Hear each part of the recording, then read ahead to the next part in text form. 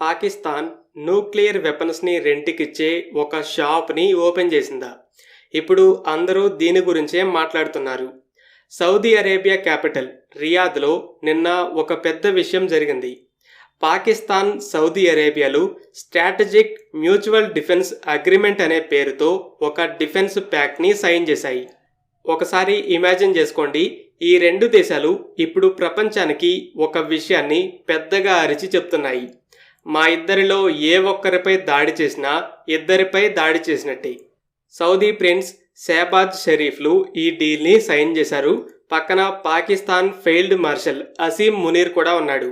షరీఫ్ ఈ డీల్ని సైన్ చేయడానికి ఒక ఫార్మాలిటీగా మాత్రమే, వెనక నుండి నడిపించేది మునీరే అని అందరికీ తెలుసు. మరి ఈ రెండు దేశాలు ఇలాంటి ఒక షాకింగ్ డీల్ని సైన్ చేయడానికి పునాది ఏంటి? దశాబ్దాలుగా పాకిస్తాన్, సౌదీ అరేబియాలు సైలెంట్గా, సీక్రెట్గా హెల్ప్ చేసుకుంటున్నాయి. 1980s నుండి ఇప్పటి వరకు సౌదీ పాకిస్తాన్ మిలిటరీ ఎకానమీకి హెల్ప్ చేయడానికి సుమారు $30 బిలియన్ ఫండింగ్ ఇచ్చింది. పాకిస్తాన్ 1971 వార్లో సగం దేశాన్ని కోల్పోయిన తర్వాత న్యూక్లియర్ వెపన్స్ని డెవలప్ చేయడం స్టార్ట్ చేసింది. కానీ దానికి మనీ కావాలి. అయితే అదే టైంలో సౌదీ అరేబియా చాలా మిలిటెంట్ గ్రూప్స్తో ఫైట్ చేస్తుంది. సో ముఖ్యమైన ప్లేసెస్కి ప్రొటెక్షన్గా పాకిస్తాన్ తమ సోల్జర్స్ని పంపింది. అలాగే సౌదీ సోల్జర్స్కి కూడా ట్రైనింగ్ ఇచ్చింది. బదులుగా సౌదీ పాకిస్తాన్ న్యూక్లియర్ ప్రోగ్రామ్కి కావాల్సిన మనీ ఇచ్చింది. కానీ రెండు దేశాలు అలాంటిదేం జరగలేదని చెప్పుకొచ్చాయి. తర్వాత ఆ రిలేషన్ అనేది కంటిన్యూ అయింది. ఇక 2011లో వచ్చిన రిపోర్ట్స్ అయితే సౌదీ డైరెక్ట్గా పాకిస్తాన్ నుండి రెడీమేడ్ న్యూక్లియర్ వెపన్స్ని కొనడానికి ట్రై చేసిందని చెప్పాయి. కానీ ఇంటర్నేషనల్ ప్రెజర్, జియోపొలిటికల్గా వచ్చే ఇబ్బందుల వల్ల ఆ డీల్ ఆగిపోయింది. కానీ ఇప్పుడు డైరెక్ట్గా అమ్మకపోయినా ఇది రెంట్కి ఇవ్వడం లాంటిది. 9 న్యూక్లియర్ పవర్స్లో India, China, Israel, Pakistan, North Korea ఈ 5 దేశాలు తమ న్యూక్లియర్ వెపన్స్ని సెల్ఫ్ డిఫెన్స్ కోసం మాత్రమే వాడాయి. కానీ అమెరికా, యూకే, ఫ్రాన్స్లు నేటోలో తమ న్యూక్లియర్ షీల్డ్ని అన్ని నేటో దేశాలకి షేర్ చేశాయి. అలాగే అమెరికా సపరేట్గా కూడా జపాన్, సౌత్ కొరియాలతో అగ్రిమెంట్స్ని సైన్ చేసింది. వేరే దేశం ఈ రెండు దేశాలపై అటాక్ చేస్తే అమెరికా డిఫెండ్ చేయాలి. అది న్యూక్లియర్ అటాక్ అయినా అమెరికా నూక్స్తో రిటాలియేట్ చేయాలి. రష్యా కూడా బెలారస్కి అలాంటి ప్రొటెక్షనే ఇస్తుంది. అయితే ఇప్పుడు ఈ రెండు దేశాల మధ్య కూడా అలాంటి అగ్రిమెంటే జరిగింది. పాకిస్తాన్ నేటో ఆర్టికల్ 5 టైప్లో సౌదీ అరేబియాపై అటాక్ జరిగితే డిఫెండ్ చేయాలి, న్యూక్లియర్ అంబ్రెల్లా ఇవ్వడానికి కూడా డీల్ని సైన్ చేసింది. ఈ రెండు దేశాలు జాయింట్ మిలిటరీ ట్రైనింగ్, ఎక్సర్సైజ్లు, అలాగే ఇంటెలిజెన్స్ షేరింగ్లో కోఆపరేట్ చేసుకుంటాయి. అలాగే సౌదీ అరేబియా కూడా పాకిస్తాన్పై దాడి జరిగితే మిలిటరీ సపోర్ట్ ఇవ్వాలి. ఇక్కడ సౌదీ న్యూక్లియర్ అంబ్రెల్లాకి బదులుగా పాకిస్తాన్ ఎకానమీని ప్రొటెక్ట్ చేయడానికి మరింత మనీ, ఇన్వెస్ట్మెంట్స్ని ఇస్తుంది.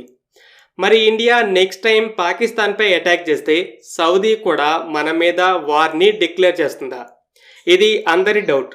నేటో ఆర్టికల్ 5 లేదా ఈ అగ్రిమెంట్ అయినా సరే ఆటోమేటిక్గా వార్ని డిక్లేర్ చేయదు. సిచ్యువేషన్ని బట్టి డైరెక్ట్గా వార్లోకి వెళ్ళడమో, లేదా మనీ, వెపన్స్ ఇవ్వడమో, లేదా డిప్లొమాటిక్ సపోర్ట్ ఇవ్వడమో జరుగుతుంది. ఆపరేషన్ సింధూర్ టైంలో టర్కీ ఎలాంటి అగ్రిమెంట్స్ లేకపోయినా కూడా ఇమీడియట్గా వందలాది కమికాజే డ్రోన్స్ని పాకిస్తాన్కి పంపింది. అయితే సౌదీ అరేబియా కూడా మా పార్ట్నర్ని డిఫెండ్ చేస్తున్నామని వెపన్స్, మనీ ఇస్తుంది. ఒకవేళ యుద్ధం తీవ్రత పెరిగితే అగ్రిమెంట్ ప్రకారం ఇన్వాల్వ్ అవ్వచ్చు. ఇండియా అయితే దీనికి కఠినమైన రెస్పాన్స్ అయితే ఇవ్వలేదు. ఈ రెండు దేశాలు చాలా కాలంగా దీని గురించి చర్చలు జరుపుతున్నాయని మాకు తెలుసు.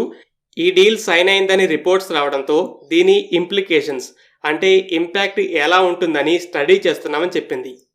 మరి సడన్గా ఈ డీల్ ఎందుకు సైన్ అయింది? ఇజ్రాయెల్ ఖతార్పై అటాక్ చేసినప్పుడే చెప్పాను, అరబ్ దేశాలు మన దేశంలో అమెరికన్ మిలిటరీ బేస్లు ఉన్నాయి కదా, అమెరికానే మనల్ని కాపాడుతుందని నమ్మాయి. కానీ ట్రంప్ వెన్ను పొడిచాడు. అమెరికా ఒక మంచి సెక్యూరిటీ పార్ట్నర్ అనే క్రెడిబిలిటీ పోయింది. ట్రంపే దాన్ని డిస్ట్రాయ్ చేశాడు. సో ఆల్రెడీ దీని గురించి రెండు దేశాల మధ్య చర్చలు జరుగుతుండగా ఖతార్ అటాక్ తర్వాత సౌదీ ఈ డీల్ని ఎలాగైనా సైన్ చేయాలని డిసైడ్ అయింది. పాకిస్తాన్కి ఎకనామిక్ పరంగా సపోర్ట్ ఇస్తే మిలిటరీ సెక్యూరిటీ వస్తుందని చూసింది. అయితే పాకిస్తాన్ ఇక్కడితో ఆగిపోలేదు. రీసెంట్గా ఖతార్లో 40కి పైగా ముస్లిం దేశాలు ఒక మీటింగ్కి అటెండ్ అయ్యాయి. అక్కడ అరబ్ ఇస్లామిక్ నేటివ్ అనే ప్రపోజల్ వచ్చింది. పాకిస్తానే దాన్ని స్టార్ట్ చేసింది. దీనికి టర్కీ సపోర్ట్ ఇచ్చింది. ఇరాక్ లాంటి ఇంకొన్ని దేశాలు ఈ ఐడియా బాగుందని చెప్పాయి. పాకిస్తాన్ ముస్లిం దేశాల్లో నూక్స్ ఉన్న ఏకైక దేశం అనే విషయాన్ని లెవరేజ్గా వాడటం మొదలుపెట్టింది. అలాంటి అలయన్స్ ఫామ్ అయితే దాని లీడర్ అవ్వచ్చు. ఈ దేశాలు జియో పొలిటికల్గా, ఎకనామిక్ పరంగా సపోర్ట్ చేస్తాయని ప్లాన్ చేస్తుంది.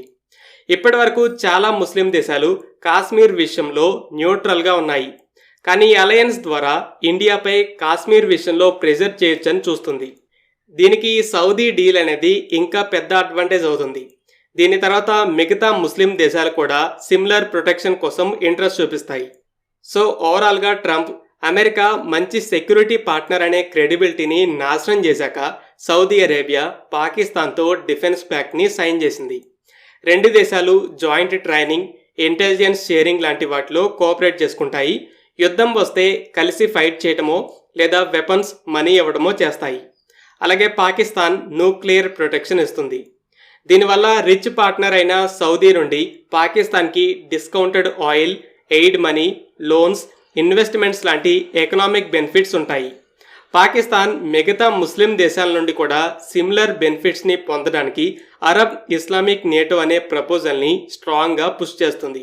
లీడర్ అయ్యి కేవలం ఇజ్రాయెల్కి అగెనిస్ట్గా మాత్రమే కాకుండా ఇండియాకి అగెనిస్ట్గా కూడా జియో పొలిటికల్ వెపన్గా వాడాలని చూస్తుంది. ఫ్రెండ్స్, ఈ వీడియో మీకు నచ్చినట్లయితే లైక్ చేయండి. అలాగే మరిన్ని ఇంపార్టెంట్ డిఫెన్స్ అప్డేట్స్ కోసం మన ఛానల్ని సబ్స్క్రైబ్ చేసుకోండి.